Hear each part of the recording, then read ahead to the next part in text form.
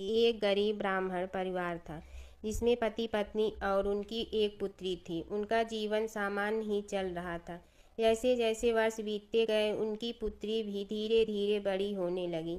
बढ़ती उम्र के साथ उसमें स्त्रियों के गुणों का भी विकास होने लगा था। वह देखने में अत्यंत ही सुंदर, सुशील और सर्वगुण संपन्न थी, लेकिन गरीब होने के कारण उनका विवाह नहीं हो पा रहा था। एक दिन उस ब्राह्मण के घर एक साधु महाराज पधारे। ब्राह्मण पुत्री की सेवा से साधु महाराज का मन बहुत प्रसन्न हुआ और उन्होंने कन्या को लंबी उम्र का आशीर्वाद तो दिया, साथ ही यह भी बताया कि उसके हथेली में विधवा योग है। इस बात से चिंतित होकर दीन ब्राह्मण ने पंडित से पूछा, पुत्री के इस वैधव्य दोष का निवारण कैसे होगा। साधु महाराज ने कुछ देर विचार करने के बाद अपनी अंतर्दृष्टि से ध्यान करके बताया कि कुछ दूरी पर एक गांव में सोना नाम की धोबिन जात की एक महिला अपने बेटे और बहू के साथ रहती है, जो बहुत ही आचार विचार और संस्कार संपन्न तथा पतिपरायण है। यदि यह कन्या उसकी सेवा करे और वह महिला इसकी शादी में अपने मांग का सिंदूर लगा दे, उसके बाद इस कन्या का विवाह हो तो इस कन्या का वैधव्य योग मिट सकता है।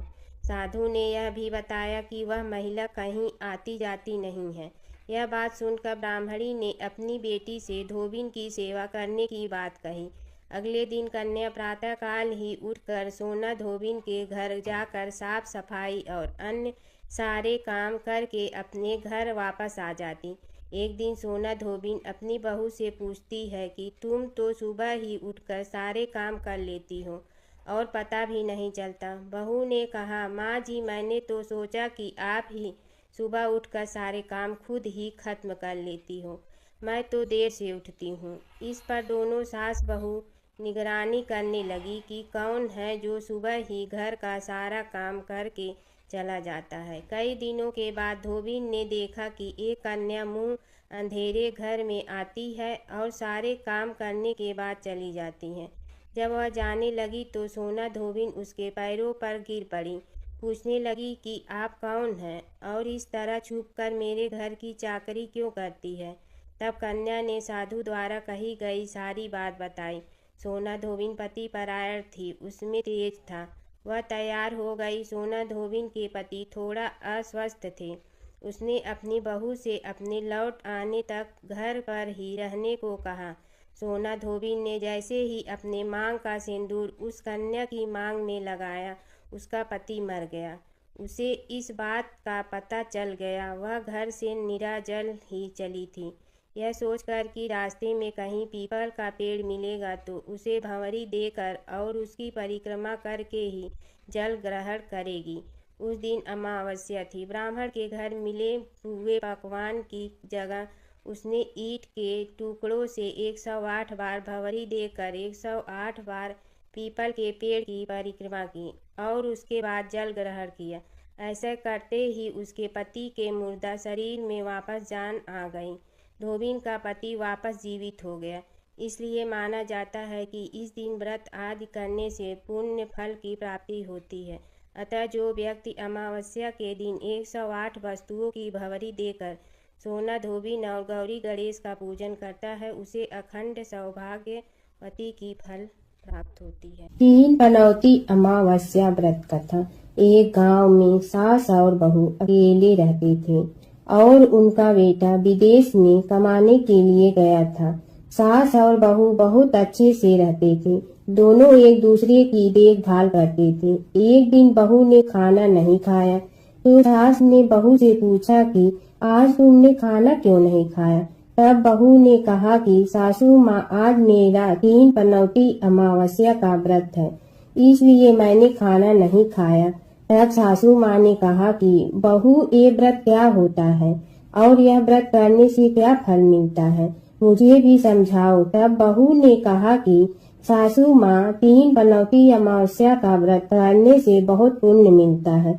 घर में अन्न धन की प्राप्ति होती है, सुख शांति रहती है तथा अटल सुहाग मिलता है और पुत्र प्राप्ति होती है। इस व्रत में प्रत्येक वर्ष अलग अलग खाना खाया जाता है और विष्णु भगवान के मंदिर में चढ़ावा चढ़ाया जाता है। या फिर किसी ब्राह्मण को दान दिया जाता है। इस व्रत में पहले साल शक्कर, घी और चावल से बना खाना खाया जाता है। पहले साल व्रत पूर्ण होने के बाद 1.25 किलो चावल और 1 कटोरी घी तथा 1 कटोरी शक्कर का दान किसी ब्राह्मण को दिया जाता है। दूसरे साल जौ, घी और शक्कर से बना खाना खाया जाता है। जब दूसरे साल व्रत पूर्ण हो जाए तो 1.25 किलो जौ, 1 कटोरी घी तथा 1 कटोरी शक्कर किसी मंदिर में चढ़ाया जाता है। फिर ब्राह्मण को दान दिया जाता है। तीसरे साल गुड़, तिल और घी से बने व्यंजन खाए जाते हैं। जब तीसरे साल व्रत पूर्ण हो जाए तो आधा किलो तिल, गुड़ तथा 1 कटोरी घी किसी मंदिर में चढ़ाया जाता है। फिर किसी ब्राह्मण को दान दिया जाता है। इसी ही 3 पनौती अमावस्या व्रत कहा जाता है। फिर बहू ने कहा कि इस व्रत का अगर संकल्प लेते हैं तो इसे पूरा करना जरूरी होता है। अगर पूरा नहीं कर सकते हैं तो सास बहू में झगड़ा और घर में अशांति आती है। तब सासू ने कहा कि मेरी तो उम्र हो गई है, लेकिन तुम यह व्रत करो। और बहू यह व्रत का आरंभ करती है। लेकिन एक दिन बहू ने किसी के कहने पर गेहूं से बनी रोटी खा लेती है और अमावस्या माता इस बात से नाराज हो गई। जो सास और बहू बहुत ही प्यार से रहती थी, इन दोनों में झगड़े होने लगे। सभी गांव वाले भी हैरान हो गए कि यह सब क्या हो रहा है। सास अपनी बहू को कहने लगी कि तुम जब से हमारे घर में बहू बन के आई हो तब से हमारे घर की लक्ष्मी चली गई है। तुम हमारे लिए शुभ नहीं हो। तब बहू ने कहा कि आपके घर की लक्ष्मी चली गई है तो कहाँ मिलेंगी, मुझे बताओ, मैं लक्ष्मी को लेकर आऊंगी। तब सासू ने कहा कि लक्ष्मी तुमको समुद्र के बीच में भगवान विष्णु के पैर दबाते हुए मिलेंगी। तब बहू यह कहकर चली जाती है कि अब जब तक मैं लक्ष्मी को लेकर नहीं आऊंगी तब तक इस घर में पैर नहीं रखूंगी। इतना कहकर बहू लक्ष्मी की खोज में निकल जाती है। जब बहू लक्ष्मी को खोजने के लिए निकलती है तब उसे बीच रास्ते में एक गाय माता मिलती है। वह बहू से पूछती है कि आप कहाँ जा रहे हो। तब बहू ने कहा कि हे गाय माता, मेरी सासू मुझे कहती है कि मेरे आने से उनके घर में अन्न धन की कमी हो गई है और उनके घर की लक्ष्मी चली गई है, तो मैं लक्ष्मी को लेने जा रही हूँ। तब गाय माता ने कहा कि हे बेटी, अगर तुम जा रही हो तो भगवान से मेरे बारे में भी पूछ लेना। तब बहू बोलती है कि ठीक है गाय माता, बताओ, मैं आपके बारे में भी पूछ लूंगी। तब गाय माता बोलती है कि मेरा जब भी बछड़ा होता है वह मर जाता है, जिंदा नहीं रहता। तुम भगवान से पूछ लेना कि मेरे साथ ऐसा क्यों हो रहा है, मैंने ऐसा कौन से कर्म किए हैं। तब बहू बोली, गाय माता, मैं आपके बारे में जरूर पूछूंगी। यह कहकर बहू आगे बढ़ती है। अब आगे जाते ही बहू को एक घोड़ी मिलती है जिसके गले में घंटी बंधी हुई होती है। घोड़ी ने भी कहा कि बेटी, तुम मेरे दुख का निवारण भी भगवान से पूछ लेना। तब बहू ने कहा जरूर पूछ लूंगी। यह कहकर बहू आगे बढ़ती है। आगे जाते ही बहू को एक अंधा और बहरा बुजुर्ग मिलता है। वह भी बहू से अपनी समस्या भगवान से पूछने के लिए कहता है। तब बहू उसकी समस्या भी भगवान से पूछने को कहकर आगे बढ़ती है। आगे जाते ही बहू को एक बूढ़ी औरत मिलती है जो हाथ और पैर से अपाहिज होती है। वह भी बहू से अपनी समस्या भगवान को पूछने के लिए कहती है। तब बहू उसकी समस्या को भी पूछने के लिए तैयार हो जाती है और आगे बढ़ती है। आगे जाते ही बहू थक जाती है और एक आम के पेड़ के नीचे बैठ जाती है। तब आम का पेड़ खुश होकर बहू से पूछता है कि बेटी, तुम कहाँ से आई और कहाँ जा रही हो। तो तब बहू बताती है वह लक्ष्मी को लेने जा रही है। तब पेड़ भी अपनी समस्या भगवान को पूछने के लिए कहता कि मेरे पेड़ पर लगे आम खट्टे ही क्यों होते हैं, इस बारे में भगवान को जरूर पूछना। तब बहू उसी समस्या लेकर आगे बढ़ती है।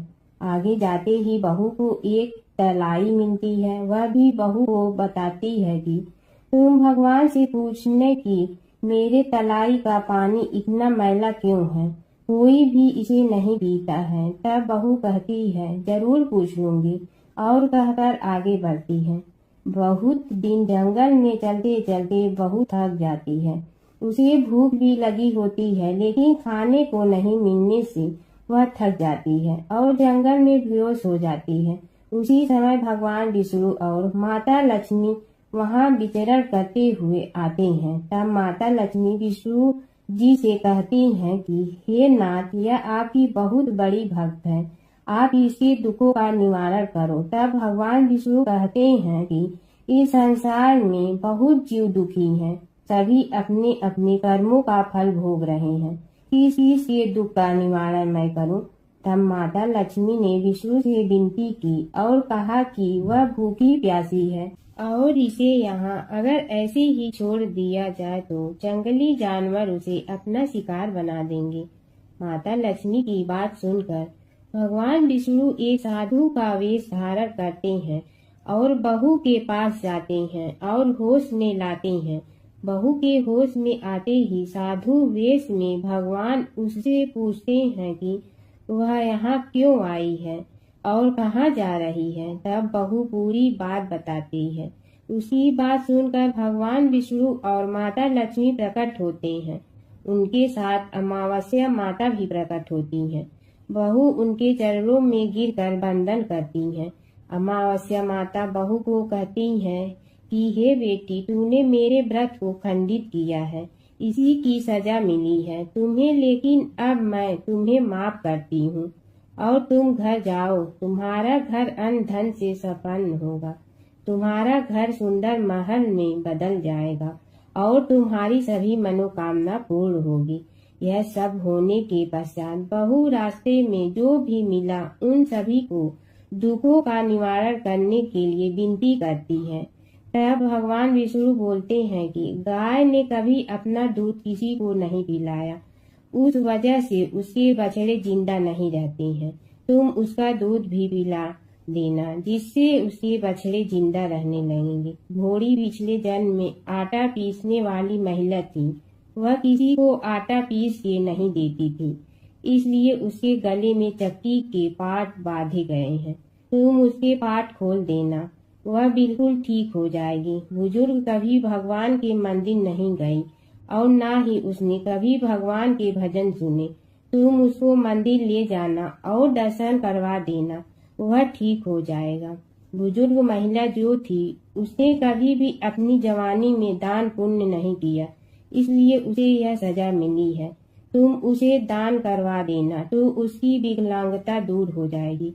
उस आम के पेड़ ने कभी किसी बच्चे को अपने आम खाने को नहीं दिए, इसलिए उसके सभी आम खट्टे होते हैं।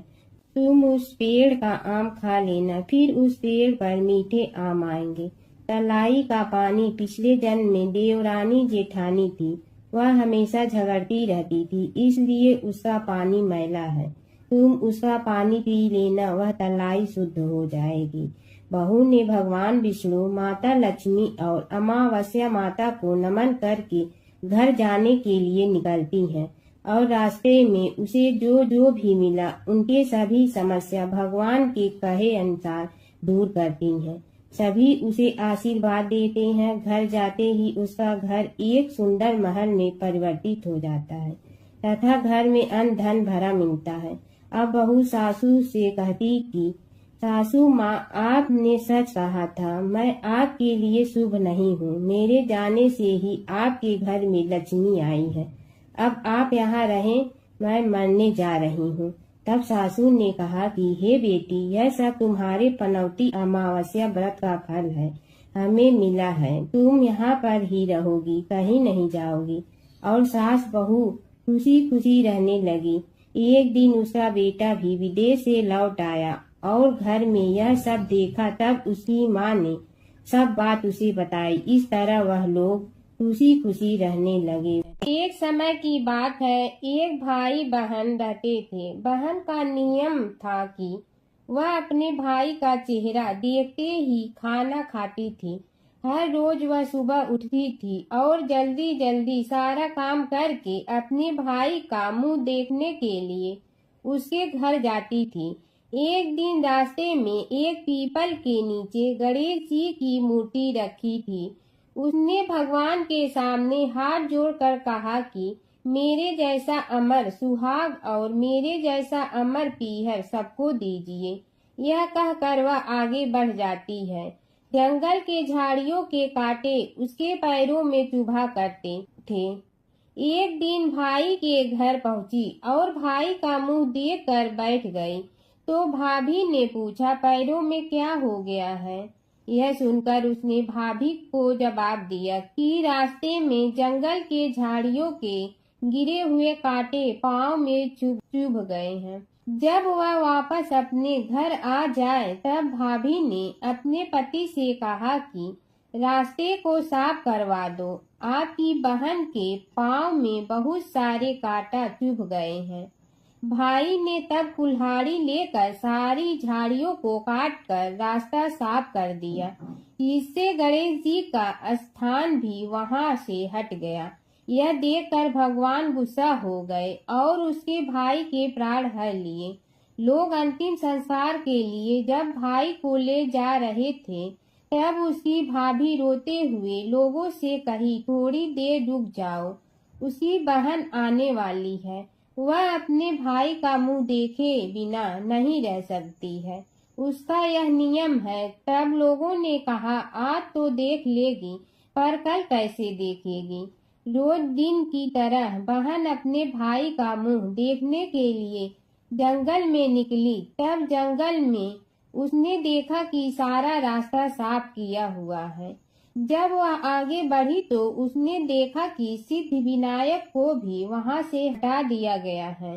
तब उसने जाने से पहले गणेश जी को एक अच्छे स्थान पर रखकर उन्हें स्थान दिया और हाथ जोड़कर बोली, भगवान मेरे जैसा अमर सुहाग और मेरे जैसा अमर पीहर सबको देना।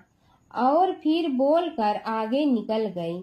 भगवान सोचने लगे, अगर इसकी नहीं सुनी तो हमें कौन मानेगा, हमें कौन पूजेगा? तब सिद्धि विनायक ने उसे आवाज दी, बेटी इस खेजड़ी की 7 पत्तियां लेकर जा और उसे कच्चे दूध में धोकर भाई के ऊपर छींटा मार देना, वह उठकर बैठ जाएगा।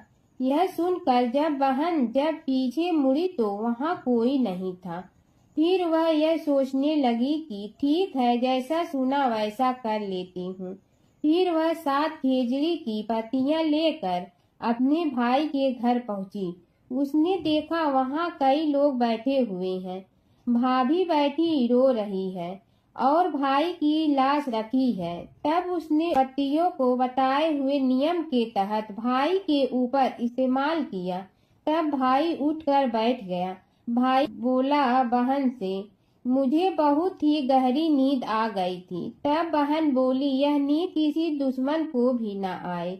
और उसने सारी बात अपने भाई को बता दी। जमुना की कहानी। प्राचीन समय में एक गांव था जिसमें 2 बहनें रहा करती थी। एक बहन का नाम गंगा था तो दूसरी बहन का नाम जमुना था। एक बार दोनों बहनें एक साहूकार के खेत से गुजर रही थी तो जमुना ने 13 दाने जौ के तोड़ लिए, जिसे देख गंगा बोली कि तुझे तो ग्रहण लग गया, तूने चोरी की है।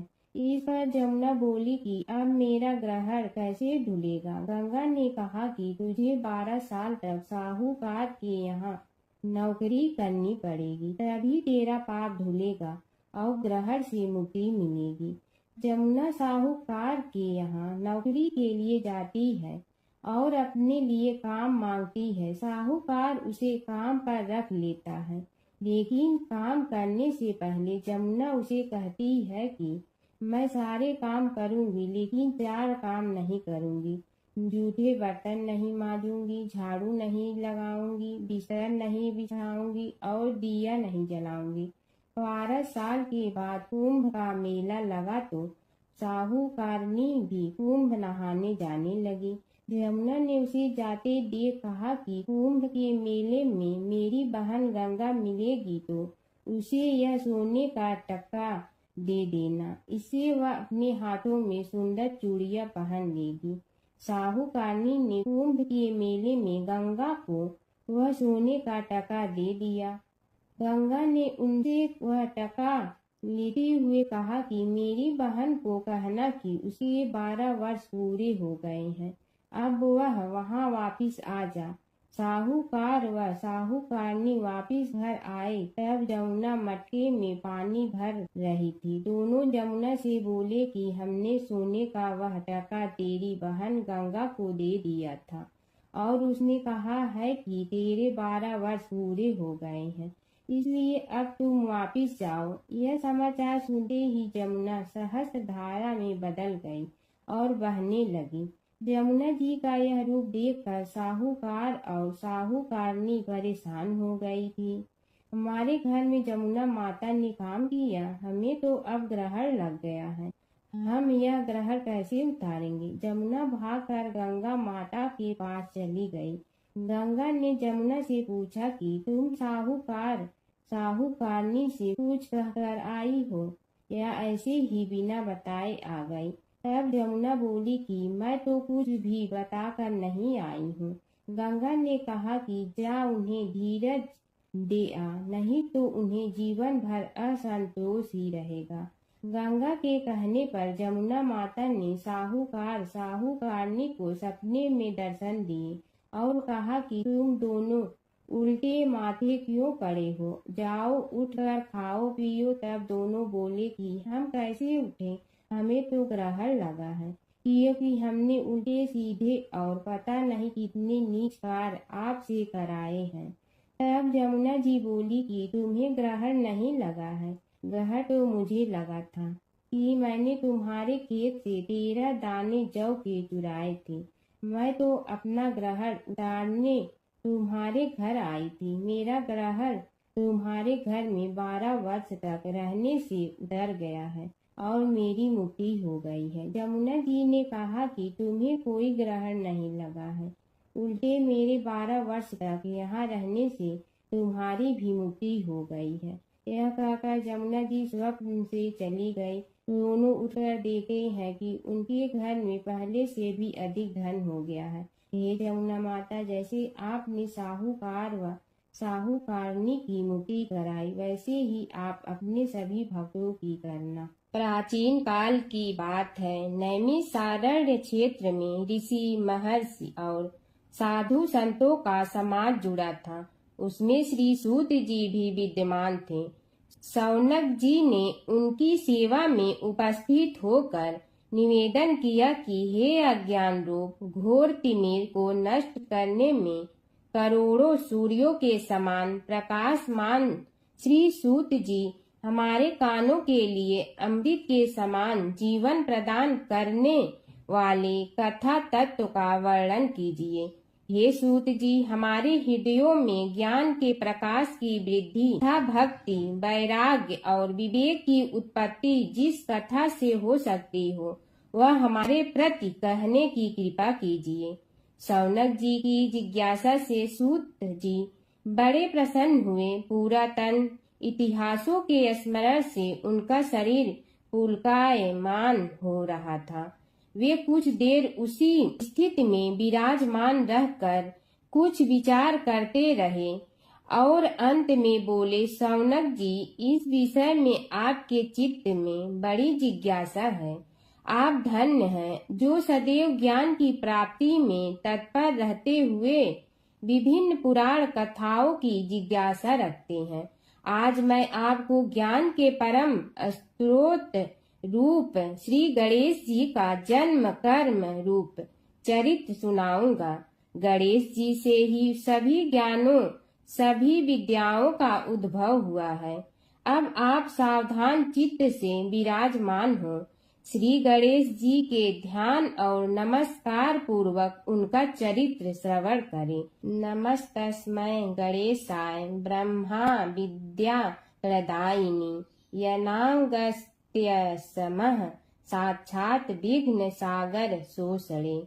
कैसे हैं वे श्री गणेश जो सभी प्रकार की ब्रह्म विद्याओं को प्रदान करने वाले अर्थात ब्रह्मा के सगुण और निर्गुण स्वरूप पर प्रकाश डालने और जीव ब्रह्मा का अभेद प्रतिपादन करने वाली विद्याओं के दाता हैं। वे विघ्नों के समुद्रों को महर्षि अगस्त के समान शोषण करने में समर्थ हैं। इसलिए उनका नाम विघ्न सागर शोषक के नाम से प्रसिद्ध है। मैं उन भगवान श्री गणेश जी को नमस्कार करता हूँ। प्रथम पूजा के अधिकारी श्री गणेश जी यह कहकर सूत जी कुछ समय के लिए मौन हो गए और फिर बोले, शौनक जी, भगवान गणेश जी ही सर्वप्रथम पूजा प्राप्ति के अधिकारी हैं। किसी भी देवता की पूजा करो, पहले उनकी पूजा करो। शौनक जी ने निवेदन किया, हे भगवान, हे सूत, सर्वप्रथम यह बताने की कृपा कीजिए कि गणेश जी को प्रथम पूजा का अधिकार किस प्रकार प्राप्त हुआ। इस विषय में मेरी बुद्धि मोह को प्राप्त हो रही है कि सृष्टि रचयिता ब्रह्मा जी, पालन करता भगवान नारायण और संहार करता शिव जी में से किसी को प्रथम पूजा का अधिकारी क्यों नहीं माना गया। यह त्रिदेव ही तो सबसे बड़ा देवता माने जाते हैं। सूत जी ने कहा, शौनक जी, यह भी एक रहस्य ही है। देखो, अधिकार मांगने से नहीं मिलता, इसके लिए योग्यता होनी चाहिए। संसार में अनेकों देवी देवताएं पूजे जाते हैं। पहले जो जिसका इष्ट देव होता है वह उसी की पूजा किया करता है। इससे बड़े देवताओं के महत्व में कमी आने की आशंका उत्पन्न हो गई। इस कारण देवताओं में परस्पर विवाद होने लगा। वे उसका निर्णय प्राप्त करने के लिए शिव जी के पास पहुँचे और प्रणाम करके पूछने लगे, प्रभु, हम सब में प्रथम पूजा का अधिकारी कौन है। शिव जी सोचने लगे कि किसे प्रथम पूजा का अधिकारी माने। तभी उन्हें एक युक्ति सूझी। बोले, देवगण, इसका निपटारा बातों से नहीं तथ्यों से होगा। इसके लिए एक प्रतियोगिता रखनी होगी, शिव की परिक्रमा करने की प्रतियोगिता।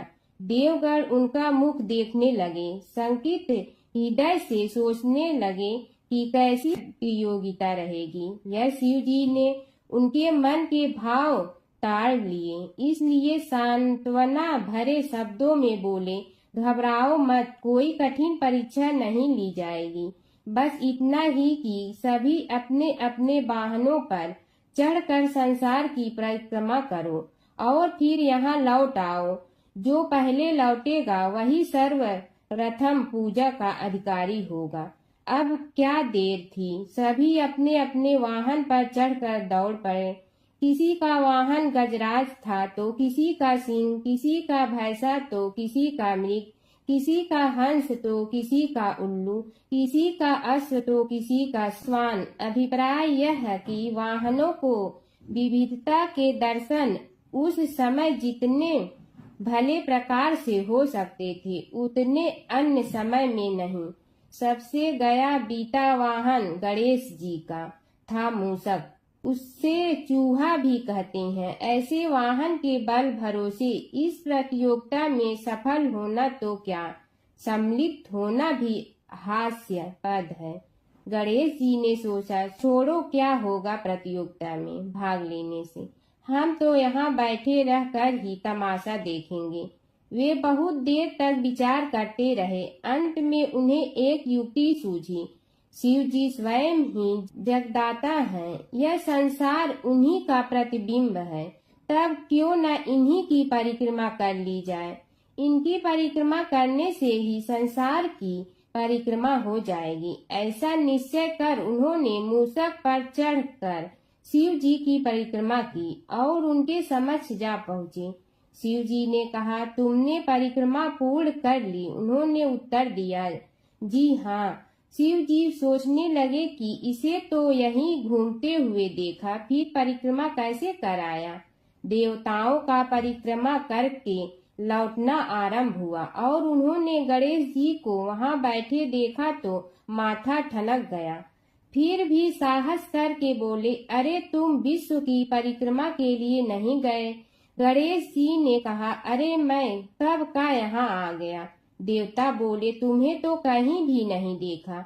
गणेश जी ने उत्तर दिया, देखते कहाँ से, समस्त संसार शिव जी में विद्यमान है। इनकी परिक्रमा करने से ही संसार की परिक्रमा पूर्ण हो गई। सूत जी बोले, शौनक, इस प्रकार गणेश जी ने अपनी बुद्धि के बल पर ही विजय प्राप्त कर ली। उनका कथन सत्य था, इसलिए कोई विरोध करता भी तो कैसे। बस उसी दिन से गणेश जी की प्रथम पूजा होने लगी। सूत जी बोले, हे शौनक जी, यह एक तथ्य है कि गणेश जी ही उसके पात्र हैं।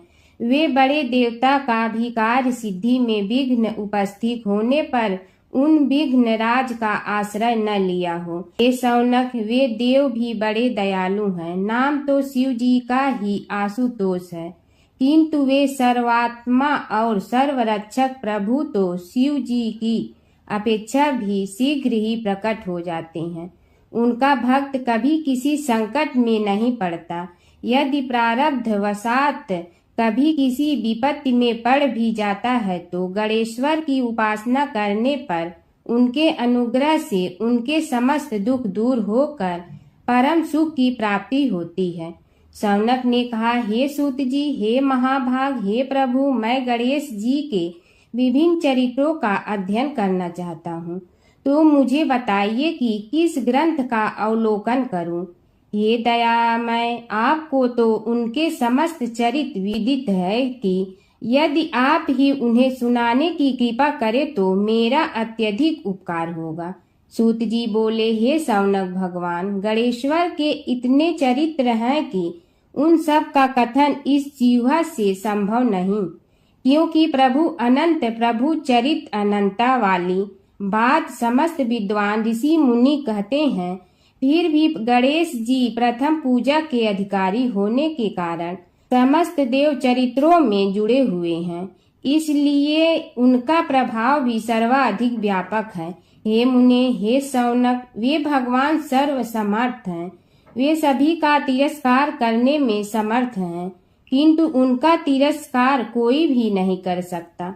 यह त्रिलोक्य उन्हीं भगवान के संकेत पर नित्य करता है। इसकी समस्त क्रियाएं उन्हीं की इच्छा पर आश्रित हैं। हे शौनक भगवान गणेश्वर स्वयं कहते हैं, शिवे विष्णु च शक्तौ च सूर्ये मयि निराधिप यो भेद बुद्धि योग स सम्य योगो मतो मम। हे नरेश्वर, हे वरेण्य, शिव, विष्णु, शक्ति, सूर्य और मुझ गणेश में जो अभेद बुद्धि योग है, मेरे मत में वही सम्यक योग है। इससे यह भी सिद्ध है कि समस्त देवता उन्हीं के स्वरूप हैं। वे ही भगवान विभिन्न कार्य रूपों के अनुसार अपना भिन्न भिन्न नाम रखते हैं। हे मुनि श्रेष्ठ, उन सब देवताओं के चरित्र भी उन्हीं गणराज के चरित्र हैं। यद्यपि सब चरित्र एक ही ग्रंथ में मिलने में संभव नहीं है, फिर भी गणेश्वर के अनेकों प्रमुख चरित्रों का वर्णन गणेश पुराण में हुआ है। राजा सोमकांत का वृत्तांत कथन। शौनक जी ने पूछा, हे प्रभु, गणेश पुराण का आरंभ किस प्रकार हुआ, यह मुझे बताने की कृपा करे। इस पर सूत जी ने कहने लगे, हे शौनक, यद्यपि गणेश पुराण है तो बहुत प्राचीन, क्योंकि भगवान गणेश्वर तो आदि हैं। न जाने कब से गणेश जी अपने उपासकों पर कृपा करते चले आ रहे हैं। उनके अनंत चरित्र हैं, जिनका संग्रह एक महापुराण का रूप ले सकता है। उसे एक बार भगवान नारायण ने नारद जी को और भगवान ने शंकर और जगन जननी पार्वती जी को सुनाया था। बाद में वही पुराण संक्षेप रूप में ब्रह्मा जी ने महर्षि वेद व्यास को सुनाया और फिर व्यास जी ने महर्षि भृगु को सुनाया। भृगु ने कृपा करके सौराष्ट्र के एक राजा सोमकांत को सुनाया था। तब से वह पुराण अनेक कथाओं में विस्तृत होता रहा और अनेक कथाओं से रहित होता हुआ अनेक रूप में प्रचलित है। शौनक जी ने पूछा, भगवान, आप यह बताने का कष्ट करें कि राजा सोमकांत कौन था। उसने महर्षि से गणेश पुराण का श्रवण कहाँ किया था, उस पुराण के श्रवण से उसे क्या क्या उपलब्धियां हुई। हे नाथ, मुझे श्री गणेश्वर की कथा के प्रति उत्कंठा बढ़ती ही जा रही है।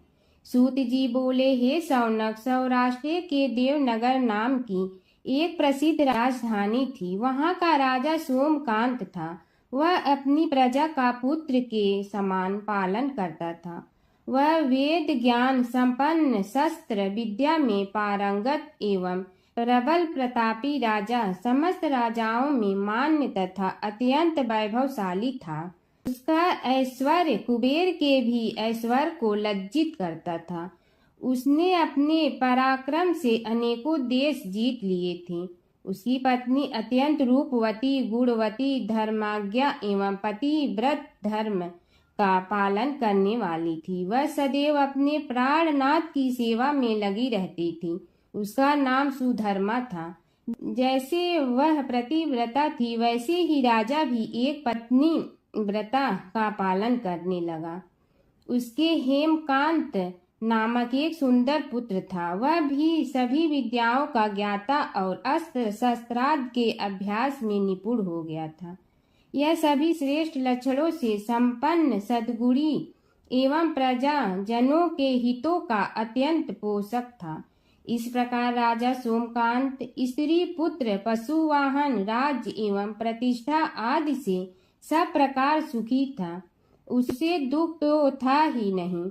सभी राजागण उसका हार्दिक सम्मान करते थे तथा उसकी श्रेष्ठ कीर्ति भी संसार व्यापी थी।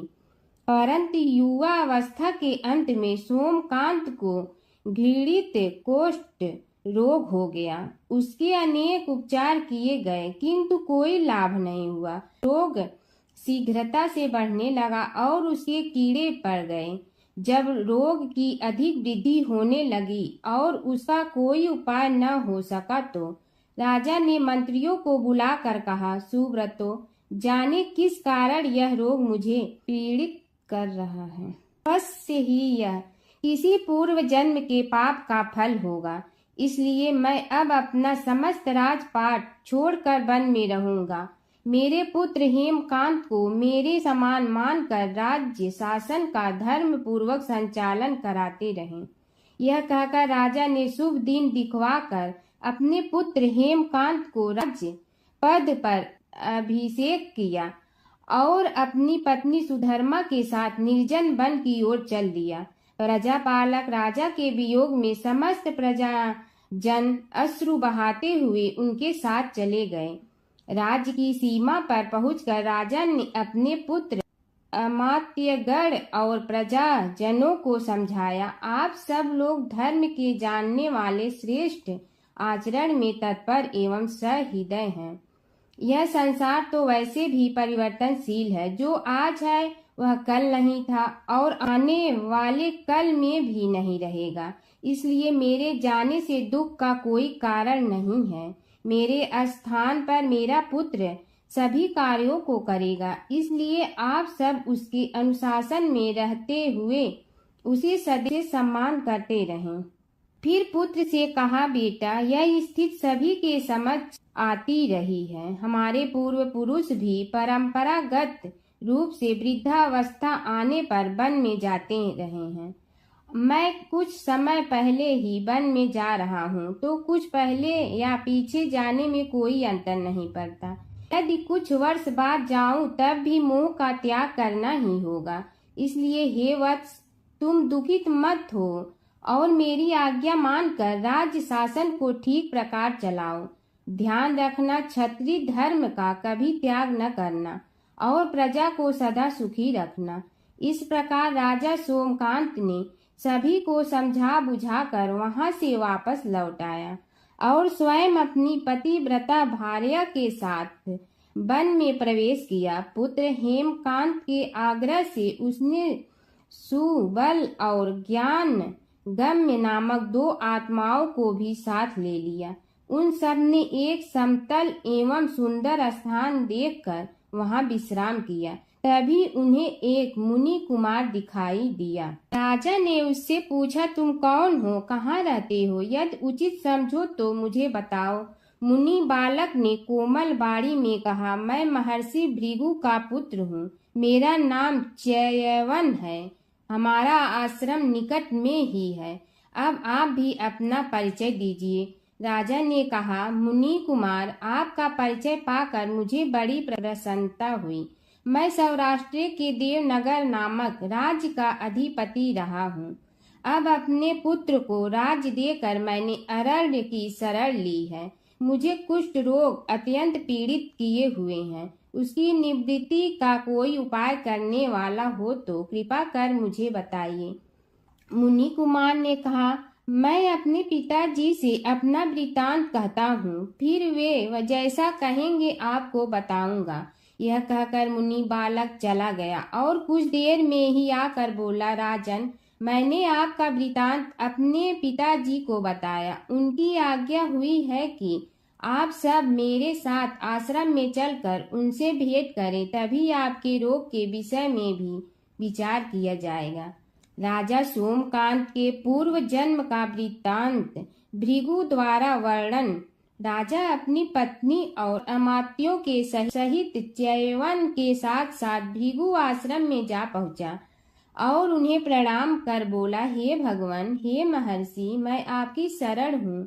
आप मुझ कुष्ठी पर कृपा कीजिए। महर्षि बोले, राजन, यह तुम्हारे किसी पूर्व जन्म कृत पाप का ही उदय हो गया है। इसका उपाय मैं विचार करके बताऊंगा। आज तो तुम सब स्नान आज से निवृत्त होकर रात्रि विश्राम करो। महर्षि की आज्ञा अनुसार सबने स्नान, भोजन आदि के उपरांत रात्रि व्यतीत की और प्रातः काल स्नान आदि नित्य कर्मों से निवृत्त होकर महर्षि की सेवा में उपस्थित हुए। महर्षि ने कहा, राजन, मैंने तुम्हारे पूर्व जन्म का वृतांत जान लिया हूँ और यह भी विदित कर लिया है कि किस पाप के फल से तुम्हें इस रोग की प्राप्ति हुई है। यदि तुम चाहो तो उसे सुना दूं। राजा ने हाथ जोड़कर निवेदन किया, बड़ी कृपा होगी मुनिनाथ, मैं उसे सुनने के लिए उत्कंठित हूँ। महर्षि ने कहा, तुम पूर्व जन्म में एक धनवान वैश्य के लाडले पुत्र थे। वह वैश्य विंध्याचल के निकट कौलहार नामक ग्राम में निवास करता था। उसकी पत्नी का नाम सुलोचना था। तुम उसी वैश्य दंपत के पुत्र हुए। तुम्हारा नाम कामद था। तुम्हारा लालन पालन बड़े लाड चाव से हुआ। उन्होंने तुम्हारा विवाह एक अत्यंत सुंदरी वैश्य कन्या से कर दिया था, जिसका नाम कुटुम्बिनी था। यद्यप तुम्हारी भार्या सुशीला थी और तुम्हें सदैव धर्म में निरत देखना चाहती थी, किंतु तुम्हारा स्वभाव वासनांध होने के कारण दिन प्रतिदिन उज्जवल होता जा रहा था। किंतु माता पिता भी धार्मिक थे, इसलिए उनके सामने तुम्हारी उज्ज्वलता दबी रही। परंतु माता पिता की मृत्यु के बाद तुम निरंकुश हो गए और अपनी पत्नी की बात भी नहीं मानते थे। तुम्हें अनाचार में प्रवृत्त देखकर उसे दुख होता था, तो भी उसका कुछ बस न चलता था। तुम्हारी उन्मत्तता चरम सीमा पर थी। अपनों से भी द्वेष और क्रूरता का व्यवहार किया करते थे। हत्या आदि कराते थे। तुम्हारे लिए सामान्य बात हो गई। पीड़ित व्यक्तियों ने तुम्हारे विरुद्ध राजा से पुकार की। अभियोग चला और तुम्हें राज्य की सीमा से भी बाहर चले जाने का आदेश हुआ। तब तुम घर छोड़कर किसी निर्जन वन में रहने लगे। उस समय तुम्हारा कार्य लोगों को लूटना और हत्या करना ही रह गया। एक दिन माध्याह्न काल था। गुणवर्धक नामक एक विद्वान ब्राह्मण उधर से निकला। बेचारा अपनी पत्नी को लिवाने के लिए ससुराल जा रहा था। तुमने उस ब्राह्मण युवक को पकड़कर लूट लिया। प्रतिरोध करने पर उसे मारने लगे तो वह चित्कार करने लगा, मुझे मत मार, मत मार, देख मेरा दूसरा विवाह हुआ है। मैं पत्नी को लेने के लिए जा रहा हूँ। किंतु तुम तो क्रोध बस में ऐसे लीन हो रहे थे कि तुमने उसकी बात सुनकर भी नहीं सुनी। जब उसे मारने लगे तो उसने श्राप दे दिया, अरे हत्यारे, मेरी हत्या के पाप से तो सहस्त्र कल्प तक घोर नरक भोगोगे। तुमने उसकी कोई चिंता न की और सिर काट लिया। राजन, तुमने ऐसी ऐसी एक नहीं बल्कि अनेक निरीह हत्याएं की थी, जिनकी गणना करना भी पाप है। इस प्रकार इस जन्म में तुमने घोर पाप कर्म किए थे, किंतु बुढ़ापा आने पर जब अशक्त हो गए तब तुम्हारे साथ जो क्रूर कर्मा थे वे भी किनारा कर गए। उन्होंने सोच लिया कि अब तो इसे खिलाना भी पड़ेगा, इसलिए मरने दो यहीं। अमोघ प्रभाव गणेश उपासना का कथन। राजन, अब तुम निरालंब थे, चल फिर तो सकते ही नहीं थे। भूख से पीड़ित रहने के कारण रोगों ने भी घेर लिया। उधर से जो कोई निकलता तुम्हें घृणा की दृष्टि से देखता हुआ चला जाता। तब तुम आहार की खोज में बड़ी कठिनाई से चलते हुए एक जीर्ण शीर्ण देवालय में पहुंचा। उसमें भगवान गणेश्वर की प्रतिमा विद्यमान थी। तब न जाने किस पुण्य के उदय होने से तुम्हारे मन में गणेश जी के प्रति भक्ति भाव जागृत हुआ। तुम निराहार रहकर उनकी उपासना करने लगे। उससे तुम्हें सब कुछ मिला और रोग भी कम हुआ। राजन, तुमने अपने साथियों की दृष्टि बचाकर बहुत सा धन एक स्थान पर गाड़ दिया था। अब तुमने उस धन को उसे देवालय के जीर्णोद्धार में लगाने का निश्चय किया। शिल्पी बुलाकर उस मंदिर को सुंदर और भव्य बनवा दिया। इस कारण कुख्याति सुख्याति में बदलने लगी। फिर यथा समय तुम्हारी मृत्यु हुई। यमदूतों ने पकड़कर तुम्हें यमराज के समक्ष उपस्थित किया।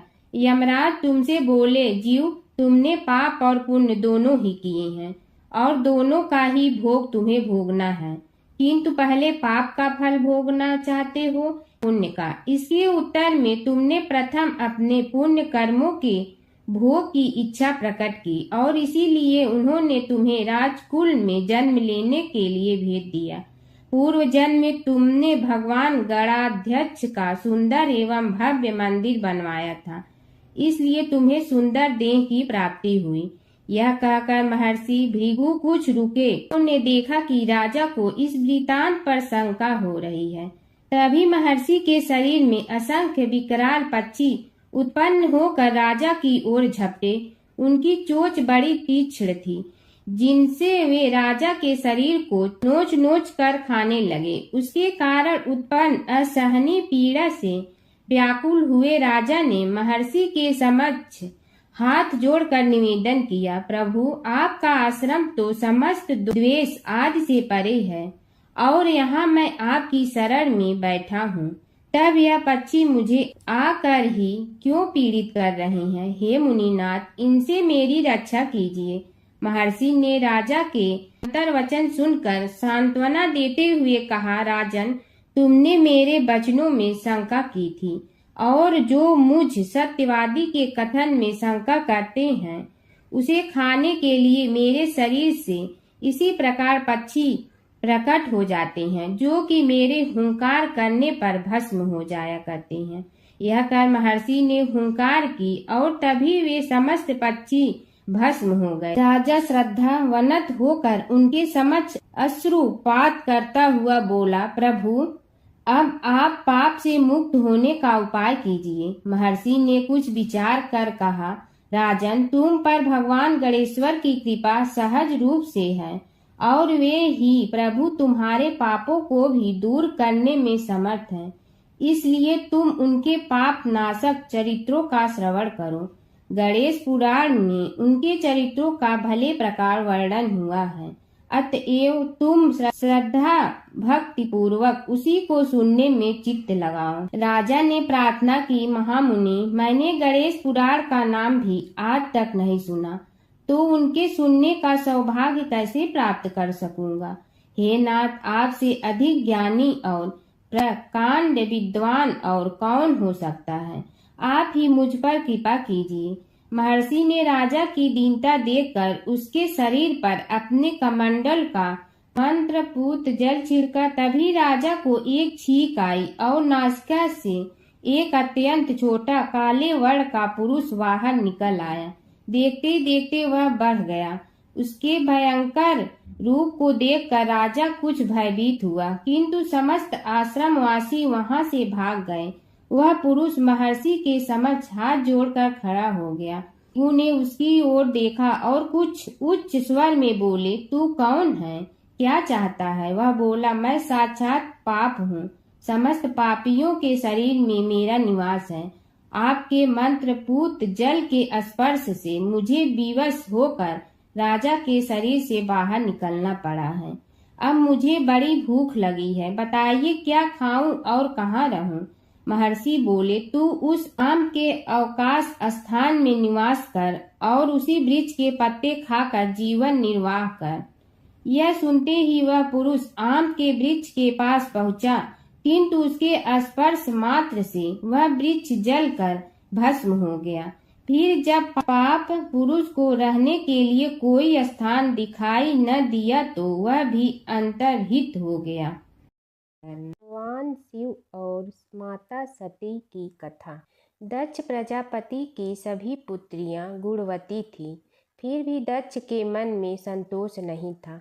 वे चाहते थे उनके घर में एक ऐसी पुत्री का जन्म हो जो सर्व शक्ति संपन्न हो एवं सर्व विजयिनी हो। अतः दक्ष एक ऐसी ही पुत्री के लिए तप करने लगे। तप करते करते अधिक दिन बीत गए तो भगवती आद्या ने प्रकट होकर कहा, मैं तुम्हारे तप से प्रसन्न हूँ। तुम किस कारण तप कर रहे हो? दक्ष ने तप करने का कारण बताया तो माँ बोली, मैं स्वयं पुत्री रूप में तुम्हारे यहाँ जन्म धारण करूँगी। मेरा नाम होगा सती।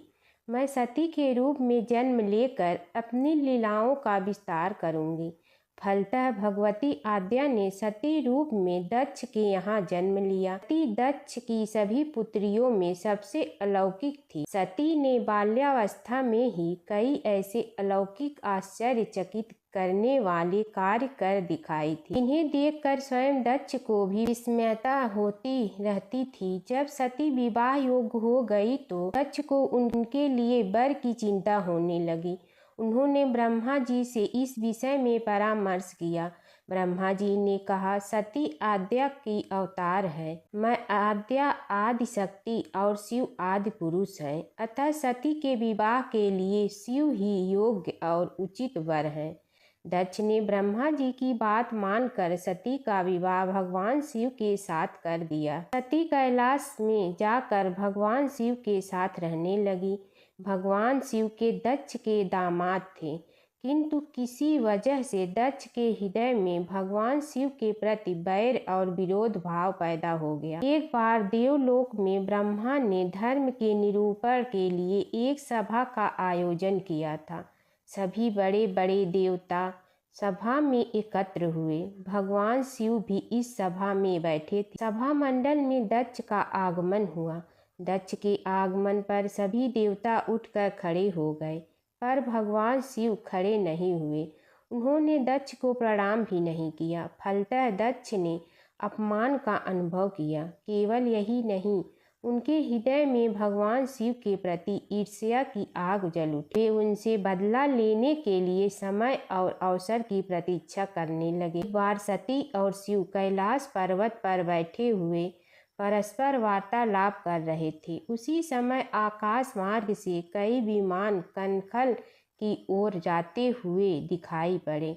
सती ने उन विमानों को देखकर भगवान शिव से पूछा, प्रभु ये सभी विमान किसके हैं और कहाँ जा रहे हैं?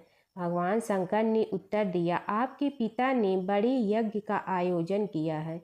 समस्त देवता और देवांगनाएं इन विमानों में बैठकर उसी यज्ञ में सम्मिलित होने के लिए जा रहे हैं। इस पर सती ने दूसरा प्रश्न किया, क्या मेरे पिता ने आपको यज्ञ में सम्मिलित होने के लिए नहीं बुलाया? भगवान शंकर ने उत्तर दिया, आपके पिता मुझसे बैर रखते हैं, फिर वे मुझे क्यों बुलाने लगे? सती मन ही मन सोचने लगी, फिर बोली, यज्ञ के इस अवसर पर अवश्य मेरी सभी बहनें आएंगी। उनसे मिले हुए बहुत दिन हो गए।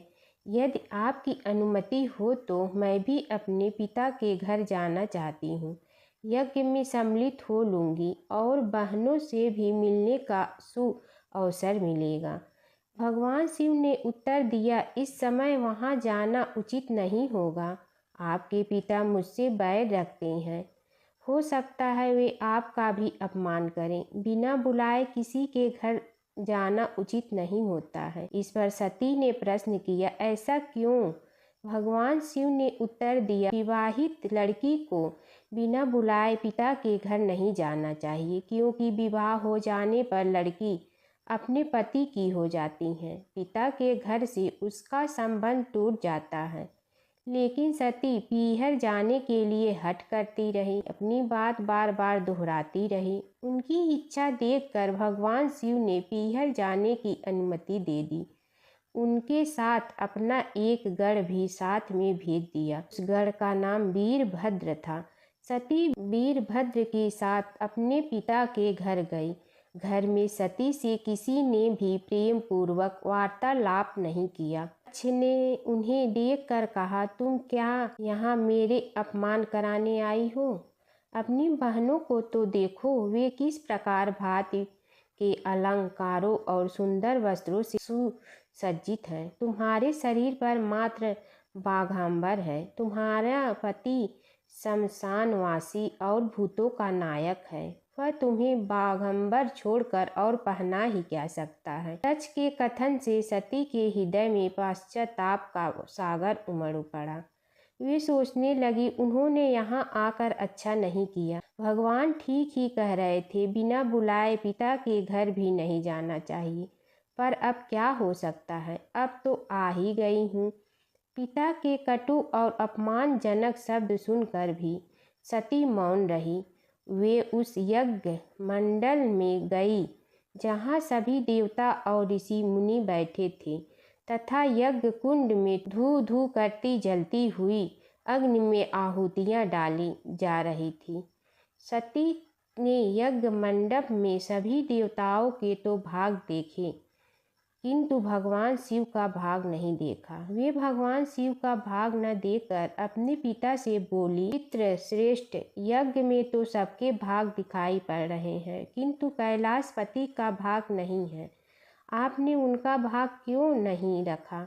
दक्ष ने गर्व से उत्तर दिया, मैं तुम्हारे पति शिव को देवता नहीं समझता। वह तो भूतों का स्वामी, नग्न रहने वाला और हड्डियों की माला धारण करने वाला है। वह देवताओं की पंक्ति में बैठने योग्य नहीं है।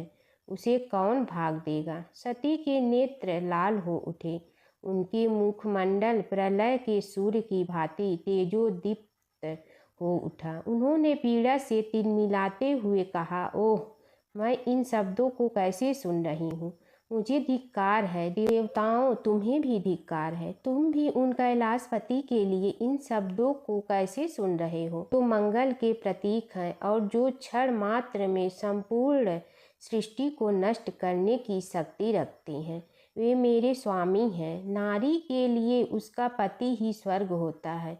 जो नारी अपने पति के लिए अपमानजनक शब्दों को सुनती है, नरक में जाना पड़ता है। पृथ्वी सुनो, आकाश सुनो और देवताओं तुम भी सुनो। मेरे पिता ने मेरे स्वामी का अपमान किया है। मैं अब एक क्षण भी जीवित रहना नहीं चाहती।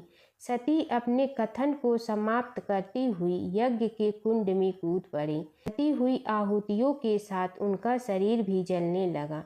यज्ञ मंडप में खलबली पैदा हो गई।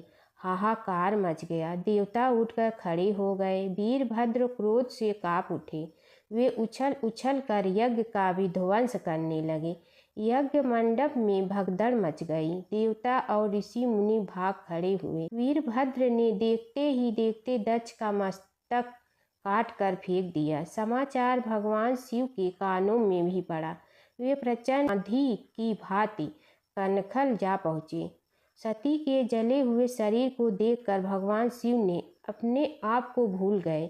सती के प्रेम और उनकी भक्ति ने शंकर के मन को व्याकुल कर दिया। उन शंकर के मन को व्याकुल कर दिया जिन्होंने काम पर भी विजय प्राप्त की थी और जो सारी सृष्टि को नष्ट करने की क्षमता रखते थे। वे सती के प्रेम में खो गए, बेसुध हो गए। भगवान शिव ने उन्मत्त की भांति सती के जले हुए शरीर को कंधे पर रख लिया। वे सभी दिशाओं में भ्रमण करने लगे। शिव और सती के इस अलौकिक प्रेम को देखकर पृथ्वी रुक गई, हवा रुक गई, जल का प्रवाह ठहर गया और रुक गई। देवताओं की सांसें, सृष्टि व्याकुल हो उठी। सृष्टि के प्राणी पुकारने लगे, त्राहि मां त्राहि मां। भयानक संकट उपस्थित देखकर सृष्टि के पालन भगवान विष्णु आगे बढ़े। वे भगवान शिव की बेसुधी में अपने चक्र से सती के एक एक अंग को काट काट कर गिराने लगे। धरती पर 51 स्थानों में सती के अंग कट कट कर गिरे। जब सती के सारे अंग कट कर गिर गए तो भगवान शिव पुनः अपने आप में आए। जब वे अपने आप में आए तो पुनः सृष्टि के सारे कार्य चलने लगे। धरती पर जिन 51 स्थानों में सती के अंग कट कट कर गिरे थे, वे ही स्थान आज शक्तिपीठ माने जाते हैं। आज भी उन स्थानों में सती का पूजन होता है, उपासना होती है। था शिव और सती का प्रेम। शिव और सती के प्रेम ने उन्हें अमर और वंदनीय बना दिया। धर्मराज जी की कथा। दो सेठानियाँ थी। एक के घर में धन बहुत था पर वह कंजूस थी। दूसरी के पास धन थोड़ा कम था पर मन से वह बहुत अमीर थी। रोज सवेरे उठती, गंगा स्नान करती, तुलसी माता, बड़, पीपल सींचने, भगवान के मंदिर जाके पूजा करती। धर्मराज सूरज भगवान की कहानी सुनती, भगवान के भोग लगाकर अतिथि को जिमाती, गाय कुत्ता के लिए ग्रास निकालती। दूसरी सेठानी इस धर्मात्मा को देखकर हंसती और कहती, पता नहीं दिन भर क्या करती रहती है। थोड़े समय बाद दोनों सेठानियों को भगवान का बुलावा आया। धर्मात्मा सेठानी के तो यमराज जी ने विमान भेजा और दूसरी को दूत मारते ही ले गया। रास्ते में सेठानी बोली, मेरे को भूख लगी है। तो दूत बोले, किसी को कुछ दिया होगा तो मिलेगा। फिर बोली, प्यास लगी है। दूत बोले, किसी को पानी पिलाया तो मिलेगा। रास्ते में उसे काट चुभने लगे, गर्मी पड़ने लगी, पर दूत तो उसे घसीटे ही ले गए। अब सेठानी बहुत पछताने लगी कि सब कुछ होते हुए भी दान धर्म नहीं किया। इतने में यमराज का दरबार आया। धर्मात्मा बुढ़िया को भगवान के पास सिंहासन मिला और वह उस पर बैठी थी। उधर दूसरी सेठानी को तपते कुंड में डाल दिया। अब सेठानी यमराज से बोली, मुझे 1.25 पहर का जीवन दान दे दो, मैं वापस आकर दंड भोग लूंगी। यमराज बोले, ठीक है। सेठानी के शरीर में वापस प्राण डाल दिए। संसार में आते ही पंडितों को बुलाकर सेठानी ने धर्मराज की कथा सुनी, सब तरह से धर्म किया। इतने में समय पूरा हो गया। अब की बार विमान आया। 1.25 पहर के दान धर्म से सेठानी को स्वर्ग मिला। जय शिव ओंकारा प्रभु, जय शिव ओंकारा। ब्रह्मा विष्णु सदाशिव अर्धांगी धारा। जय शिव ओंकारा।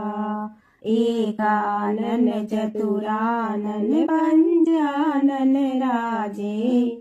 हंसासन गरुड़ासन वृषवाहन साजे। जय शिव ओंकारा।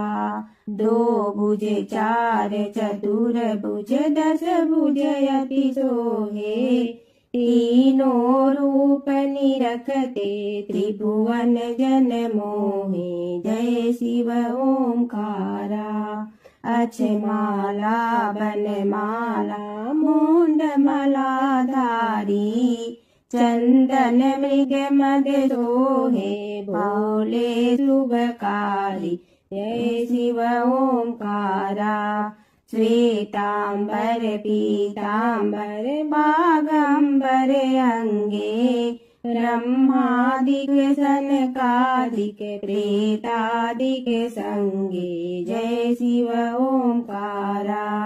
करके मध्य कमंडलु और त्रिशूलधारी सुखकारी दुखहारी जग पालनकारी जय शिव ओंकारा ब्रह्मा विष्णु सदा शिव जानत अविवेका रणवाचर में शोभित ए तीनों एका जय शिव ओंकारा त्रिगुण स्वामी जी की आरती जो कोई नर गावे कहत शिवानंद स्वामी मन वांछित फल पावे जय शिव ओंकारा प्रभु जय शिव ओंकारा।